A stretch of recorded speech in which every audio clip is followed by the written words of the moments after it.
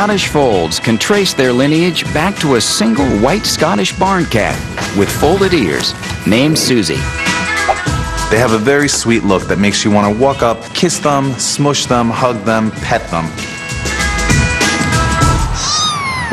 And they have a trademark pose, the Buddha position. During this pose, the cat sits back and rests his paws on his belly. Originally called Flops, the first Scottish Fold was discovered in 1961 by a cat fancier named William Ross in the Tayside region of Scotland. Realizing the uniqueness of the cat's ears, Ross acquired one of Susie's kittens and developed the breed with the help of a geneticist. This is a very interesting cat because it looks like an owl.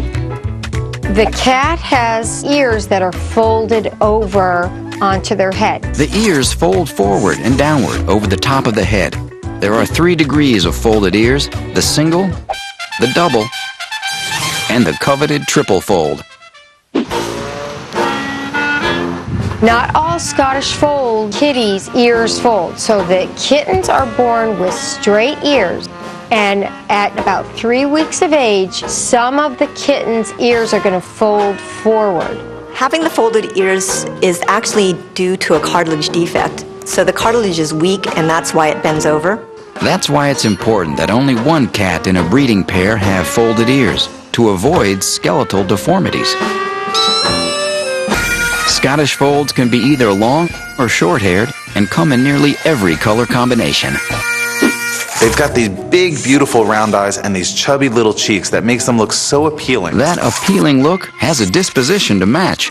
Scottish Folds are playful and friendly companions that thrive on human attention and love. These cats are very, very social. They love to be with their owners. Hear that? Now that's one happy cat. There are a few theories on how purring works, but most say purring involves activation of nerves inside the cat's voice box. These nerve signals cause the vocal cords to vibrate. The diaphragm serves as a piston pump, pushing air in and out of the vibrating cords, creating the purring sound.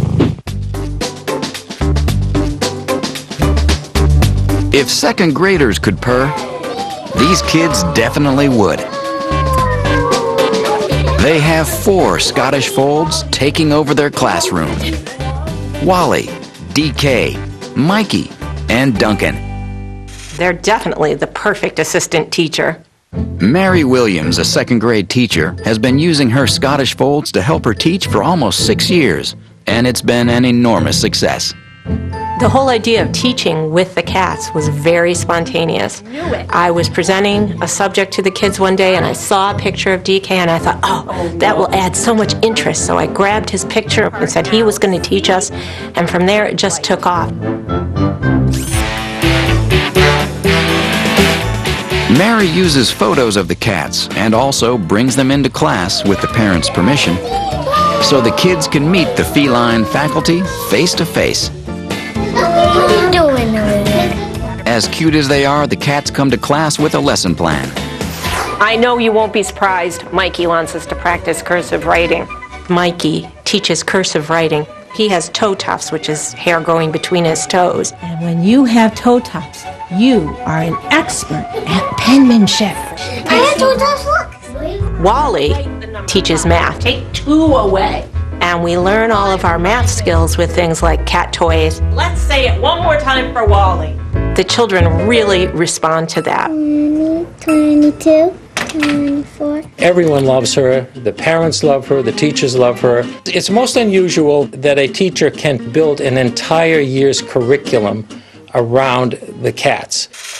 At the end of a day of teaching, I'm very tired, but I am also very fulfilled. And I just feel like that the cats and I have made a difference. He says he's very proud of you.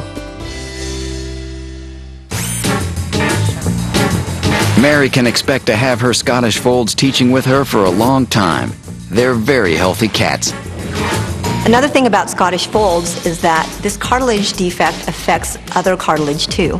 So we have cartilage in our joints, and if they have a cartilage defect, this cartilage in the joint is also going to be defective, which means that it's going to wear out faster and the Scottish Fold can develop more orthopedic problems and arthritis, some early and some later in life. So it's really important for them to maintain a really light weight so that they don't develop or have less chance of developing arthritis or signs from arthritis. Many are known to reach the age of 18 years. Regular grooming with a good steel comb is recommended on both the short and long-haired Scottish Folds. Scottish Fold has very minimal grooming requirements, just the basic brushing that you should do on most cats. Actually, the Scottish Fold, it comes in two varieties. They do have a long hair, and then there's the short hair as well. So the long hair would probably tend to have more hair problems than the short hair.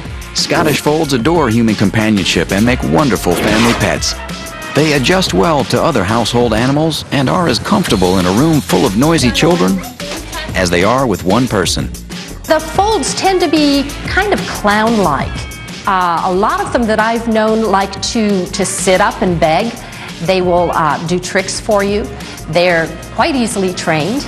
And as most cats are, you just need to, find out what floats their boat, whether it's a feather toy or a treat, and reward the behavior. And, my little cat will sit up, beg, come when called, and do the whole 9 yards. Remember, all cats are individuals, but in general, the Scottish Fold is a healthy breed. Regular brushing is recommended, and they thrive on human companionship.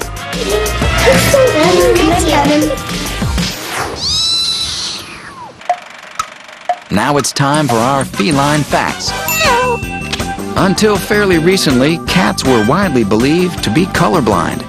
Tests now show that domestic cats can distinguish 3 colors. What are they?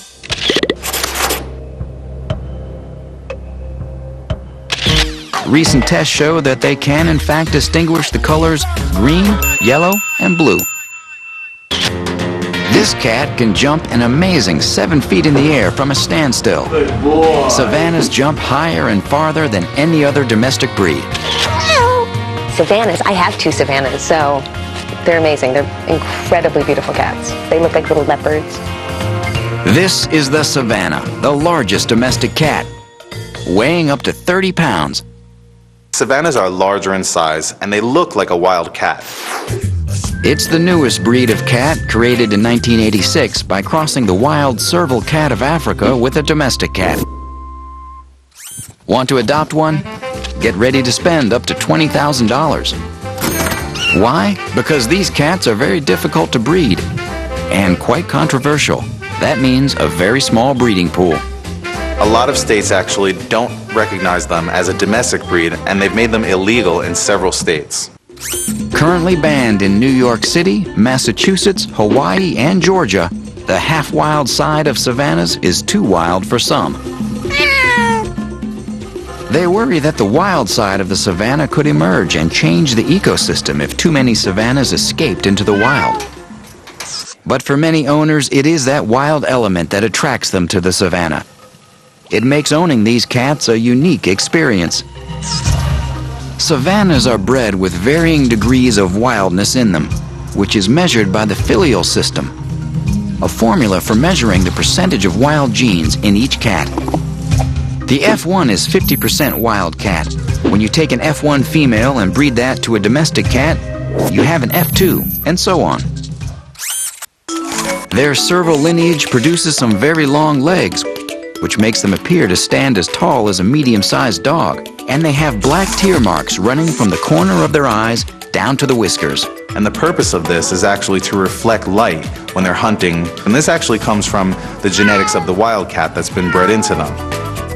And those huge ears work like radar, spinning 180 degrees and allowing them to hone in on their prey. And being from the wild, they come with some odd noises. They also do this thing called a snake hiss, which can kind of take you off guard. While all cats growl and hiss to express distress, the Savannah has a more extreme hiss. It's closer to its days in the wild, where it would imitate the snake hiss in times of danger. Savannah owners Chris and Tina Fruhoff fell in love with the serval cat while on safari in Africa. One evening we went out and we saw a serval just out, catching a snake. It just was a stunning animal. They began researching when they returned and ended up with 2 Savannahs, Kayla and Mondo. Probably the funniest reaction is that a cat? They don't get it. They think it's a wild animal in the house.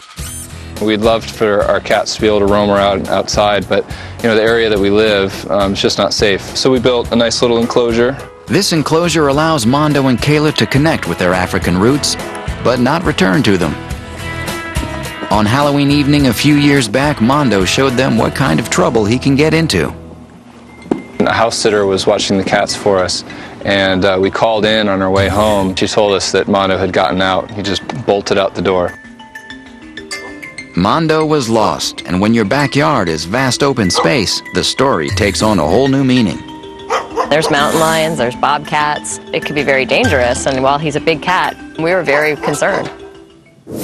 They posted flyers in the neighborhood and online, hoping they get Mondo back. It was just devastating to think that he could be hurt or that we were never going to get him back. A week later, and many miles away, something unusual was spotted by Christina Gray.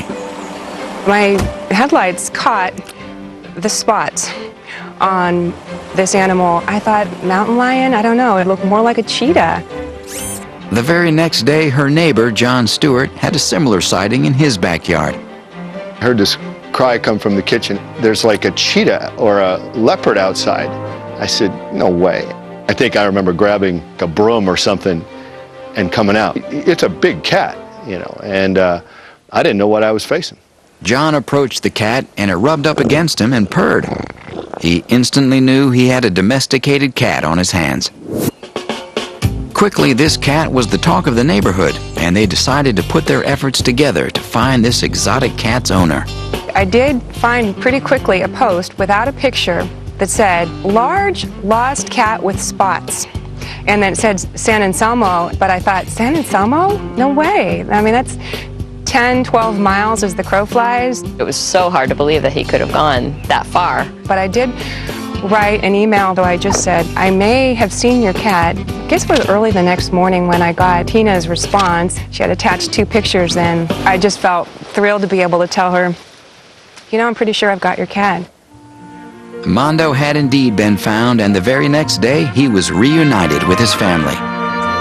We're just incredibly lucky that Mondo found his way to some really nice people who really cared about him, took care of him, fed him, and really made the effort to find us and get him back to us.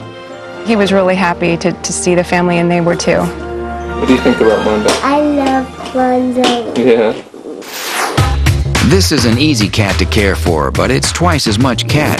And it's a cat that actually likes water. Grooming is incredibly easy. Their coat is very sleek and short. I occasionally, this is going to sound strange, I occasionally take my cats in the shower with me.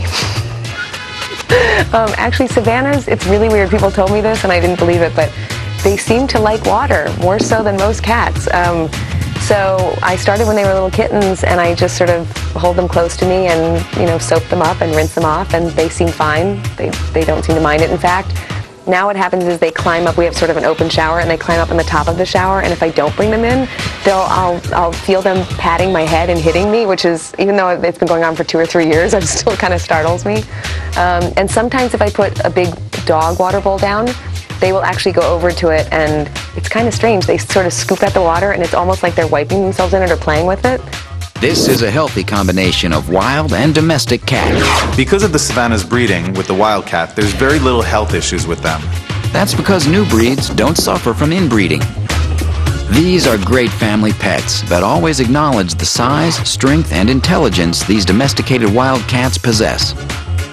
But they're not for somebody who doesn't have any idea on how to deal with a cat. Because these are very smart, outgoing cats, they do what they want to do. They have sharp claws and sharp teeth, and if they want something, they'll go for it. And they're not like a dog where you can tell them no and they're going to stop. When a cat wants something, you give it to the cat. Owning a Savannah is a lot like owning a dog, so it may not be for everyone, and they have very few health issues. Savannahs are low maintenance, but twice the cat. If you've got the space and enjoy the wild side, this is the cat for your family.